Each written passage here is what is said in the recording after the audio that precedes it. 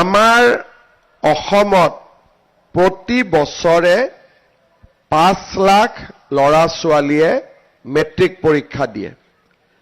তাৰ মানে মেট্ৰিক পৰীক্ষাত আমি পাছ কৰিলো বা ফেল কৰিলো, 5 লাখ ল'ৰা ছোৱালীয়ে দেউতাক মাকক চাব লাগিব, নিজৰ পৰিয়াল গঢ়িব লাগিব আৰু তেওঁলোকে নিজৰ জীৱন যাত্ৰাত আগুৱাই যাব লাগিব।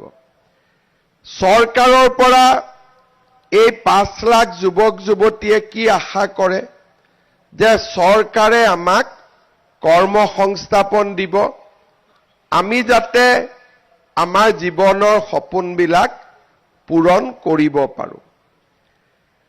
আজি যদি বছৰত 5 লাখ ল'ৰা চাকৰি বা কৰ্মসংস্থাপনৰ বাবে উপযোগী হিচাপে সৃষ্টি হয়, তেতিয়াহ'লে 5 বছৰত এজন মুখ্যমন্ত্ৰীয়ে কিমান ল'ৰা ছোৱালীক কাম কাজ দিব লাগিব? 25 লাখ। কিন্তু আমাৰ চৰকাৰত সৰ্বমুঠ কৰ্মচাৰী কিমান? 4 লাখ। তাৰ মানে আমাৰ হাতত বিশেষ কিবা আমি যদি কৰিব নোৱাৰো, বছৰত 5 লাখ ল'ৰা ছোৱালীয়ে চাকৰিৰ কাৰণে অসমৰ বাহিৰলৈ যাব লাগিব। কি চাকৰি পাব? যদি মেট্ৰিক পাছ কৰা নাই বা কৰিছে সিকিউৰিটি গাৰ্ড, আৰু যদি BA MA লৈকে পঢ়িছে অকণমান উন্নত কৰ্মসংস্থাপন। কোভিডৰ সময়ত মই অসমৰ স্বাস্থ্য মন্ত্ৰী আছিলোঁ। যেতিয়া কোভিড হ'ল, চবফালে লকডাউন হ'ল, ৰেল নচলে, বাছ নচলে, গাড়ী নচলে, আমি এটা সৰু আঁচনি আৰম্ভ কৰিছিলোঁ যে অসমৰ বাহিৰত থকা ল'ৰা ছোৱালীখিনিক আমি অলপ আৰ্থিক সাহায্য দিম। যেতিয়া আঁচনিখন আমি কৰিছিলোঁ, তেতিয়া মই মনতে ভাবিছিলোঁ যে 50,000 1 লাখ ল'ৰা ছোৱালীয়ে আবেদন কৰিব। যেতিয়া আমি আঁচনিখন কৰি হোৱাটছআপ নম্বৰ, গুগল নম্বৰ গোটেইবিলাক দিলোঁ, 7 দিনৰ ভিতৰত 12 লাখ ল'ৰা ছোৱালীয়ে আমাক আবেদন কৰিলে যে আমাক আপোনালোকে সহায় কৰক, আমি অসমৰ ল'ৰা, মাজুলী ল'ৰা, জোনাই ল'ৰা, যাৰ যি য'ত যেনেকে এড্ৰেছ আছিলে। তাৰ মানে আপোনালোকে চিন্তা কৰক, আজি আমাৰ অসমৰ 5 বছৰ আগৰ কথা কৈছোঁ, আজি আমাৰ অসমৰ 20 লাখ ল'ৰা ছোৱালী অসমৰ বাহিৰত কাম কৰি আছে। এতিয়া অসমৰ বাহিৰত যে গ'লে কাম পায় সৰু হ'লেও, আমাৰ অসমত কিয় নাপায়? তাৰ মূল কাৰণটো হ'ল যে স্বাধীনতাৰ পিছৰে পৰা আমি সামাজিক ৰাজনৈতিক সমস্যাবিলাকত লাগি থাকোঁতে অসমত আমি উদ্যোগীকৰণৰ পৰিৱেশ এটা গঢ়ি তুলিব নোৱাৰিলোঁ। আজি যিবিলাক ল'ৰা ছোৱালী, অসমৰ ল'ৰা ছোৱালী অসমৰ বাহিৰত আছে, আপোনালোকৰ তাত যেতিয়া বিহু পূজাত ঘূৰি আহিব, তেওঁলোকক আপোনালোকে সুধিলে গম পাব যে বাহিৰত যেতিয়া ইণ্ডাষ্ট্ৰী স্থাপন হয়, উদ্যোগ স্থাপন হয়, তাৰ মানুহে মনত ভালো পায়, আনন্দও পায় আৰু বহুত ল'ৰা ছোৱালীয়ে কৰ্মসংস্থাপন পায়। আমাৰ অসমত আন্দোলন হ'ল, আলফাৰ আন্দোলন হ'ল, বড়ো আন্দোলন হ'ল, আমাৰ অসমৰ ভাৱমূৰ্তি এটা গঢ়ি উঠিলে যে আমাৰ ইয়াত কোনোবাই যদি টকা বিনিয়োগ কৰে, তেতিয়াহ'লে তেওঁ কেতিয়াও টকাটো উভতাই নাপায়।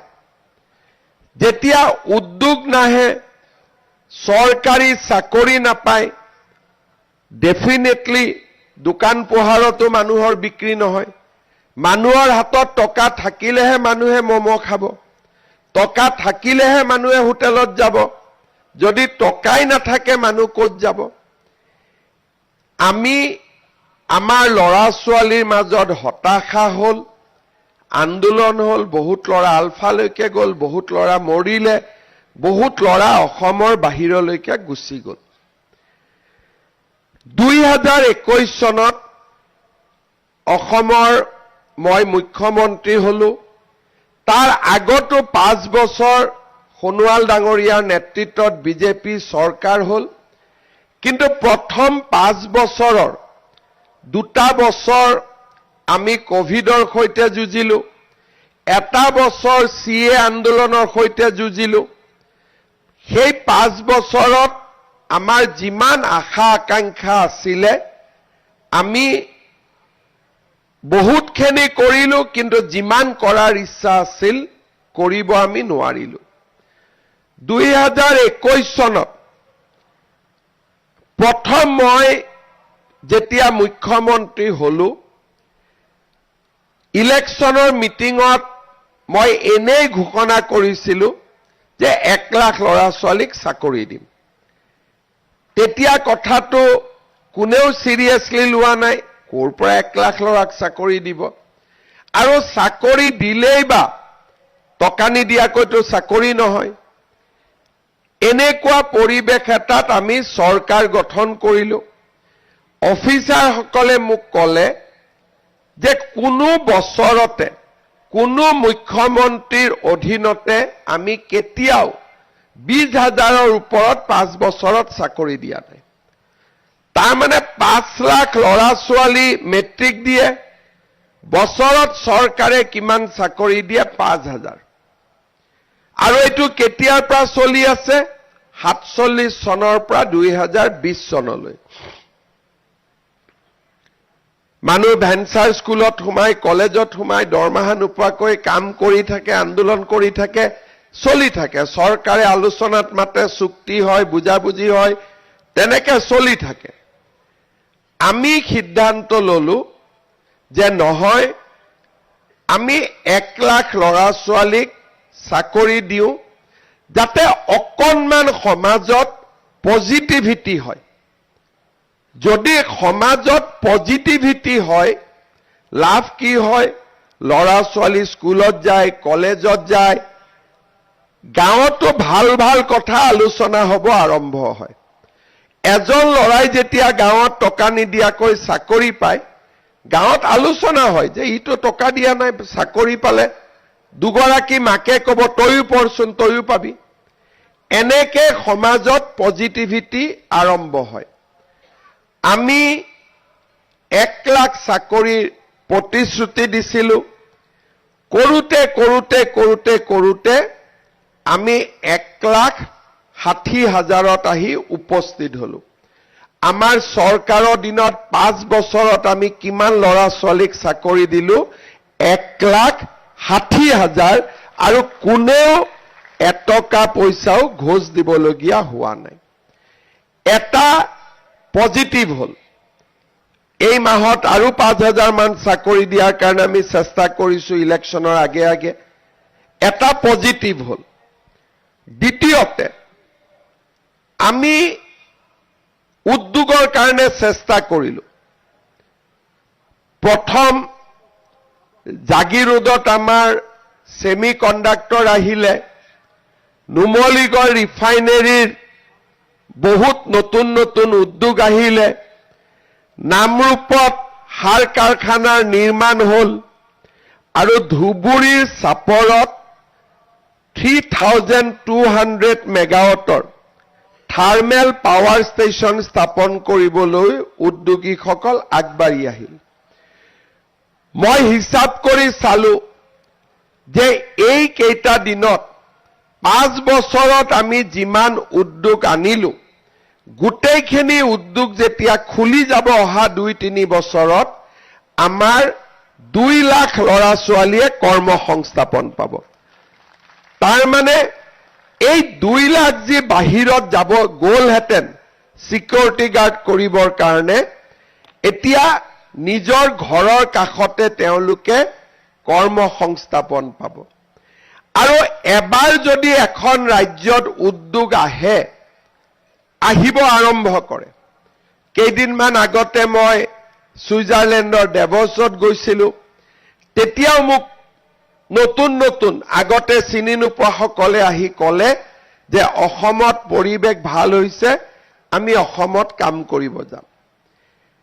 যেতিয়া এটা উদ্যোগ স্থাপন হয়, যোৱা সপ্তাহত আমি এটা হিচাপ কৰিছিলোঁ যে চাপৰত যেতিয়া তাপবিদ্যুৎ প্ৰকল্প আৰম্ভ হ'ব, ষ্টেচনৰ পৰা প্ৰকল্পলৈকে কয়লা অনা নিয়া কৰিবৰ কাৰণে 200 জন ল'ৰাক লাগিব, ট্ৰাক লাগিব। যেতিয়া জাগিৰোডত ছেমি কণ্ডাক্টৰ হ'ব, 30,000 পৰিয়ালে তাত চাকৰি কৰিব। তাৰ মানে প্ৰাইভেট স্কুল লাগিব, বিউটি পাৰ্লাৰ লাগিব, গেলামালৰ দোকান লাগিব। উদ্যোগেতো গেলামালৰ দোকান নোখোলে, বাহিৰত দোকান কৰিব লাগিব। পেইং আমাৰ ৰেণ্টেড হাউচ লাগিব। 30,000 ল'ৰা ছোৱালী জাগিৰোডত ক'ত থাকিব? তাৰ মানে ওচৰ চুবুৰীয়া মানুহে ঘৰ ভাড়া ক'ত দিব লাগিব।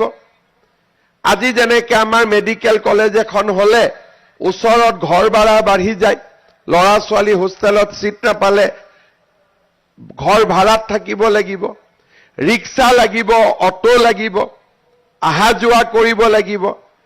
তাৰ মানে উদ্যোগ এটাৰ লগত যদি 30,000 চাকৰি দিয়ে, আমাৰ কাম কৰা ল'ৰা ছোৱালী কিমান লাগিব?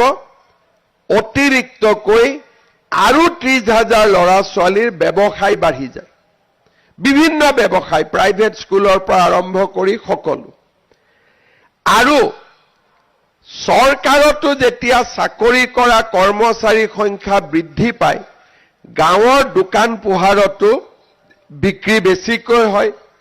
খৰচ কৰাৰ মানুহৰ পাৰ্চেজিং পাৱাৰ বাঢ়ি যায় আৰু মানুহে টকা খৰচ কৰাৰ সুবিধা মানুহৰ বাঢ়ি যায়। নেক্সট আমি থাৰ্ড কি কৰিব লাগিব? চৰকাৰী চাকৰি দিলোঁ, উদ্যোগ আনিলোঁ। তৃতীয় আমি কি কৰিব লাগিব? আমি অসমীয়া যুৱক যুৱতীক ব্যৱসায় আৰু উদ্যোগ স্থাপনৰ বাবে আমি ইনস্পায়াৰ কৰিব লাগিব। নাম্বাৰ 4, যেতিয়া উদ্যোগ ব্যৱসায় স্থাপন হ'ব, ইলেক্ট্ৰিচিয়ানৰ দোকান খুলিলোঁ, ইলেক্ট্ৰিচিটি জানা ল'ৰা ছোৱালী লাগিব। তাৰমানে স্কিল লাগিব, স্কিল ITIত লাগিব, স্কিল ইউনিভাৰ্চিটিত লাগিব, কাম কৰা ল'ৰা ছোৱালী লাগিব। এই গোটেইখিনি কাম আমি যদি অহা 5 বছৰৰ ভিতৰত কৰিব পাৰোঁ, আমাৰ ল'ৰা ছোৱালী বাহিৰত যাব নালাগে। আজি বাহিৰত যোৱাৰ কাৰণে কি হৈছে? ভাৰত আমাৰ, আমি সকলোতে যাব পাৰোঁ, কিন্তু কম দৰমহাত গ'লে অসুবিধা কি হয়? আমি এটা